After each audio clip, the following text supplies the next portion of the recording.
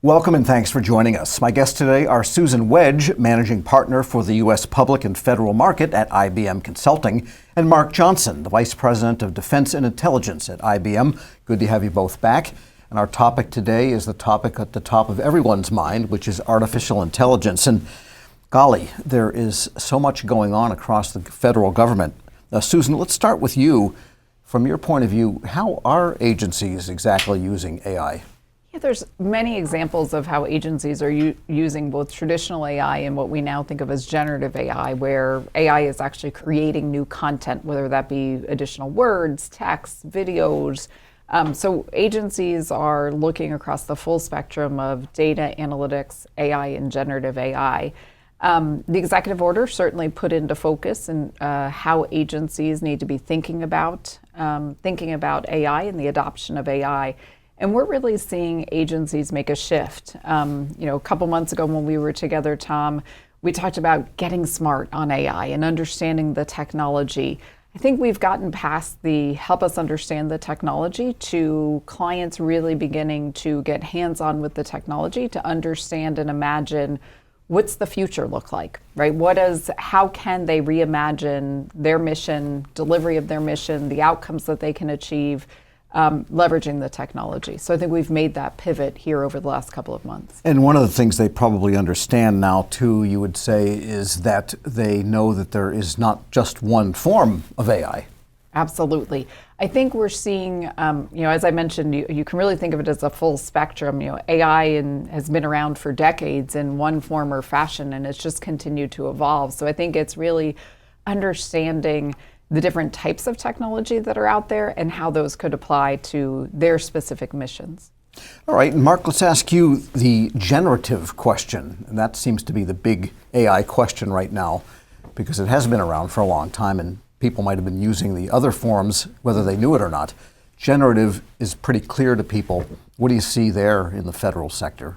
Yeah, I think you said it well just a second ago when you said people are using AI whether they know it or not. And we use that every day in more the traditional sense that Susan was talking about. But really people have kind of adjusted their thinking for the generative AI and kind of believe this is something different. And in a way it is. The technology is different underneath. But I think what we need to do is think about how we want to do that, what kind of things can be done, and then begin the experimentation.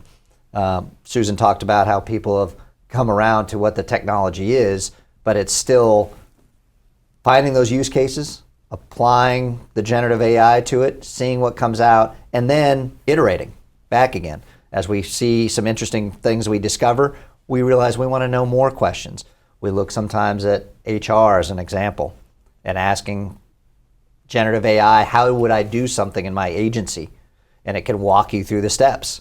But then the next kind of thing that comes out is the HR professionals look at it and say, well, how can I use that to improve those steps? What can generative AI tell me to change the way we do business so it's more efficient for the end users?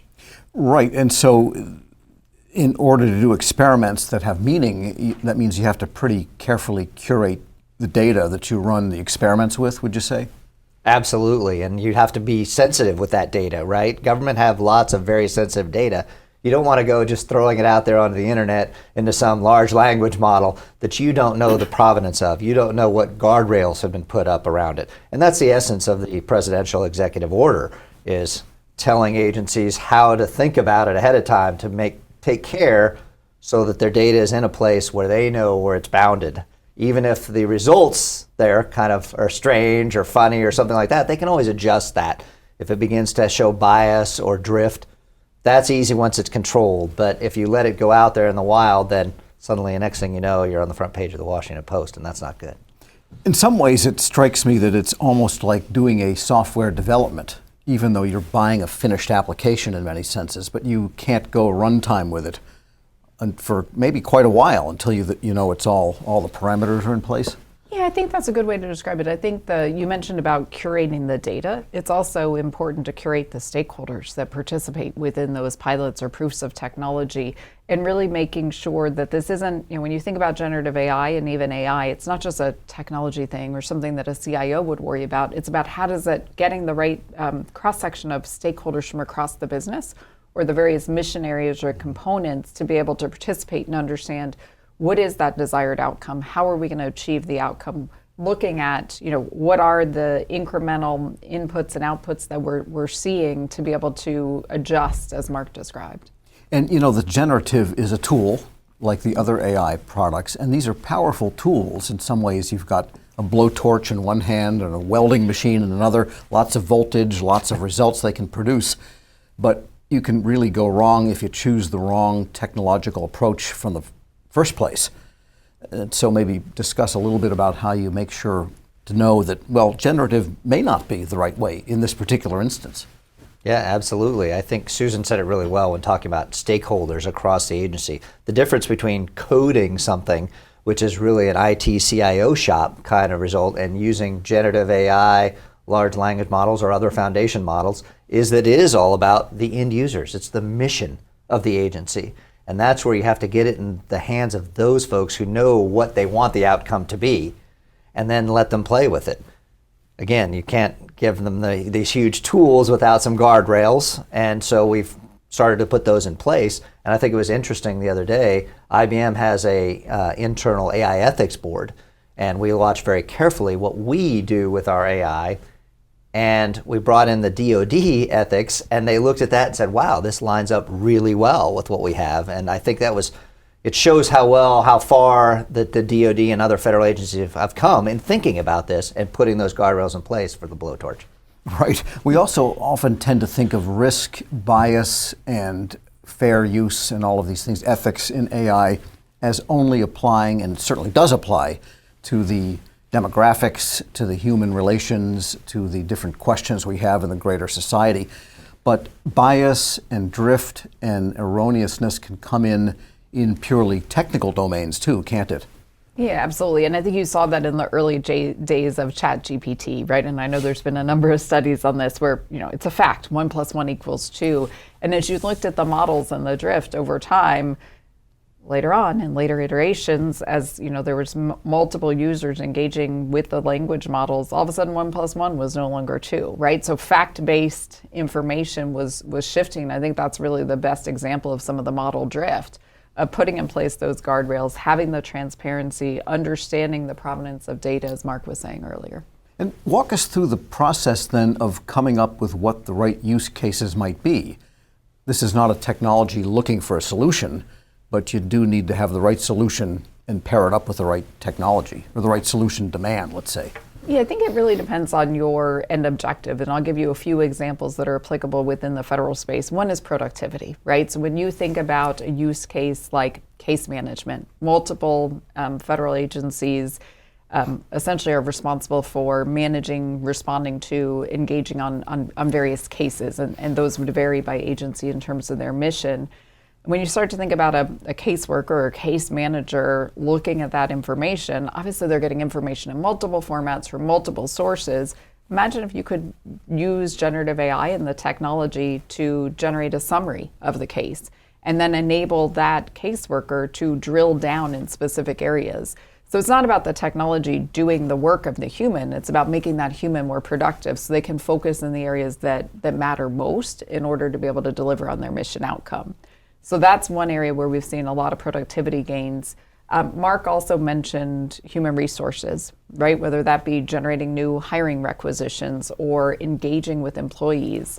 IBM's done a massive effort, we've been pretty public about in our HR space, to apply our own technology as well as ecosystem partner technology to fundamentally change the employee experience as it relates with dealing with HR. We've significantly reduced the number of HR partners. 94% of our engagements happen around our questions on HR get engaged and answered by technology. Now that doesn't mean there's not a human in the loop. It means that a human is there to handle the more complex, more strategic cases that require human intelligence in addition to the technology.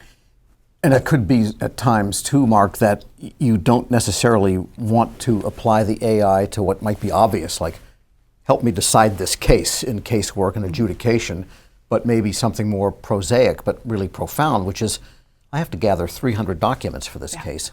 You, Mr. Machine, do it. Fair to say? Absolutely, yeah. That's what machines are great about doing out, and is going out and categorizing all that data that's out there and helping you not only sort through it and decide which things apply, but then summarize them for you and say, here's the relevant points out of there, which I think comes back to your question about how do we find these use cases. To me, it's kind of like the shadow IT was a decade or a little bit more ago, right? Where when cloud started to produce solutions like SaaS, they were able to go out and use, end users able to use cloud to solve problems that the agencies just weren't doing. Right. IT wasn't able to provide for them. So they went out and they tried it and they said, look at this, look what I solved. And I think we can do the same kind of thing now with shadow AI. Allow your people, the end users that know the mission, to go out and experiment with it and find ways to do that, putting the appropriate bounds around them, of course, and they're going to come back to you with some amazing things, I'm sure. Right, so then the trick becomes finding those things, letting people have the wings to check this out, but then when it comes to a system of record, then your governance and your right team comes into play? Exactly, and I think it's setting up those principles up front for a department or agency, and then the guardrails or principles, and then being able to come back from that based on lessons learned through the proofs of technology. All right, we've got more to cover. Right now we're going to take a short break. My guests today are Susan Wedge, Managing Partner for the U.S. Public and Federal Market at IBM Consulting, and Mark Johnson, the Vice President of Defense and Intelligence at IBM. I'm Federal Drive host Tom Temin. This discussion is adopting a use case-driven approach to identifying the right AI for your agency, sponsored by IBM here on Federal News Network. Welcome back to our discussion, adopting a use case-driven approach to identifying the right AI for your agency, sponsored by IBM here on Federal News Network. My guests today are Susan Wedge, she's Managing Partner for the U.S. Public and Federal Market at IBM Consulting, and Mark Johnson, Vice President of Defense and Technology at IBM. I'm Federal Drive host Tom Temin. And a question that a lot of agencies have, and maybe you can help us clarify this, is they have processes, they have ways of using their data systems, they have ways of doing their mission according to business processes. What are some best practices for integrating AI into those regular processes? I think it's about taking, as we've been talking about, a use case driven approach and really looking at where and how the technology could be integrated and implemented in such a way that it adds to both the existing technology environment as well as the existing processes. In some cases, certainly it can eliminate or reduce process steps, but being able to look at that whole picture, that whole architecture of how the piece parts play together. So we're seeing a number of use cases where generative AI is helping with things like application modernization and being able to take legacy government applications, written in COBOL, 30 plus year applications that are core to the execution of a government agency's mission, being able to regenerate that code in a more modern language, develop automated test scripts to test the code, and then be able to look at, okay, now we've got a more modern application, leveraging the core aspects of the application, the functions of the application stay the same, but being able to do a more modernized code base and more easily integrate into all the different touch points that mission application would have. So that would be a case where you might have newer technologies as well as older technologies coming together, where AI just helping to make that bridge between the two. And maybe you could tell it to say, when you take the COBOL and turn it into C#, can you do it in less than 2 million lines? Exactly, and we're seeing it with some of our clients who are already testing this out, and tests we've done with our own research organization. Obviously a human's still in the loop, you still have a software developer in the mix, but the code acceptance rates are north of 80%, if not higher, in terms of what that code's generated. So you think about the time to modernize an entire suite of applications, significantly less than what it used to be. Sure. I think about the flexibility. We talk about code modernization. We're moving something like COBOL off a mainframe onto potentially cloud, potentially another on-premise solution. So you look at a whole enterprise, and the hybrid enterprise is where I think all governments are going. You have that flexibility. You can do AI on-premise, you can do it on the mainframe, you can do it in the cloud. You can pull data from all those to put it together to get results.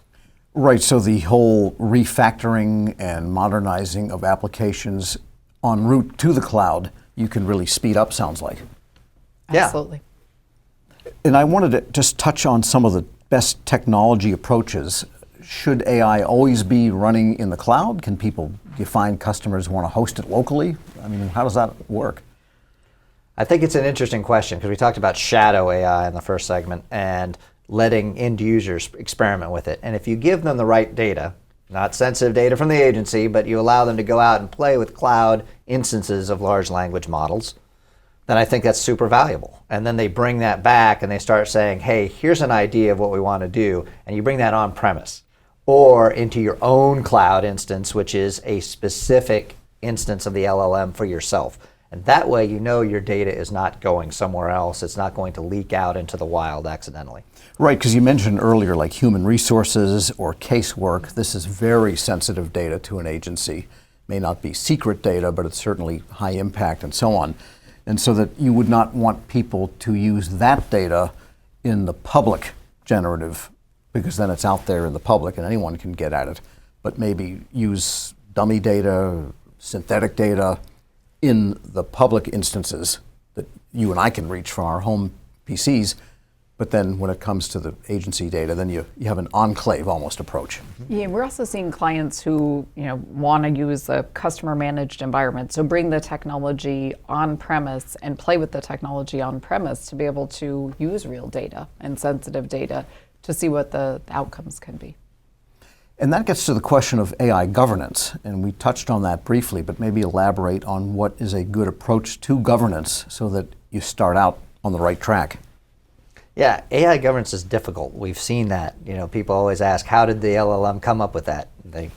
Data scientists answers a shrug, right? They don't understand how it necessarily got some things. Sometimes you can point into the neural network and say this or that or the other thing, but there are now starting to be tools from a variety of vendors that are coming out that do allow you to measure the outcome based on specific inputs to say, this is amount of drift has happened over the last 3 weeks or last 1,000 queries.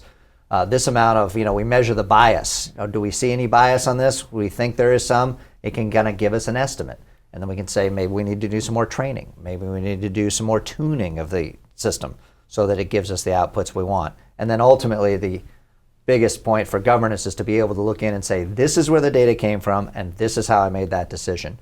And those tools are important to have upfront as you start to implement this in the agency. So from the very beginning, you understand it and you see where it's going. And my favorite question to follow up is it necessary sometimes to almost clear the cache, so to speak, to make an analogy of your algorithms and start all over so that it gets back to what it was doing when you first started using it in production? I think it's a difficult, thing to do, right? Because it takes so many thousands of hours of training for these models. Trying to take data out or trying to reset back can kind of result in a lot of IT time spent in the backside. So you want to try to avoid that if you can. Just measure the output and be able to retrain it or retune the model. It's better if you understand from, like we said at the beginning, the governance, and you can see that before it gets out of control. Well, and I think the key there is piling on to something Mark said earlier is having that governance platform or the framework up front where you're setting those guardrails. So you understand some of those aspects of how you're going to handle AI within the enterprise and what your guardrails are. So that then you can monitor and adjust as needed. I think that's a more efficient approach than just wiping a clean slate. And then when it gets to the ethics question, you hear these phrases used that AI should be's, and you hear auditable, transparent, and explainable.